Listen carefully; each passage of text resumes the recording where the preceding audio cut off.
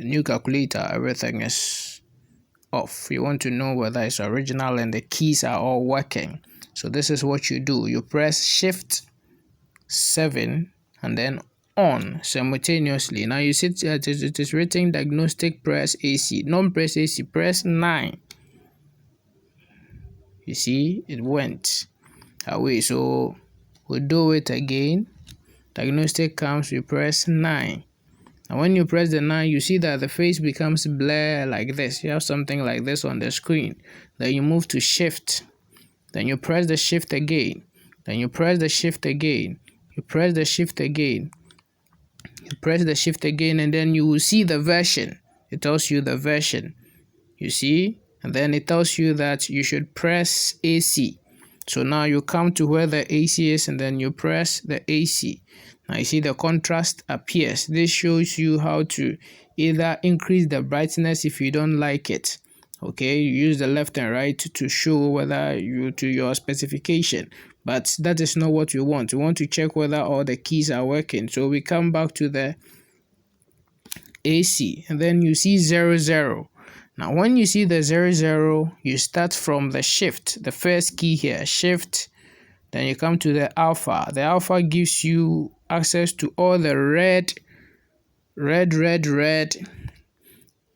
keys on the calculator. The Shift gives you access to all the yellow keys on the calculator. So you have pressed the first and the second. So you see that number has moved to 3. Then you come to the top.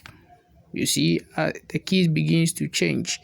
You see, then you come to 5, 6, 7, 8, then 9. So you move 1, 2, 3, 4, 5, 6, 7, 8, 9.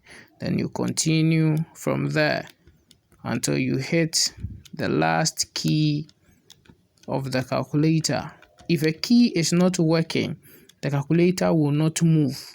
You see that the numbers will not move at the top. So if any key is not working, the calculator will not move to the next key. Now you see when you get here and you press the last key, you should see something like this: test OK, reset, or press AC. So it means that the test that you've run, all your keys are working. Now remember that when I was searching, when I got to the on, I did not press on. I left the on, because if you press the on, it will take you back to the home screen. You see, so you would like to omit the on when you are checking for all the keys, because if the on was not coming, it wouldn't have come on when you pressed it. So when you are checking for the keys, you will not press the on again. You will leave the on and then continue, and then you come and press your equal to, that is your last key, and then it will bring you back to the home screen, meaning that everything is okay. The test is complete and now the keys are working properly. It means the calculator is good. Remember that the way you take care of your calculator tells how long the calculator will last. You see? Okay, so take notes, and until we meet again, peace. Bye-bye.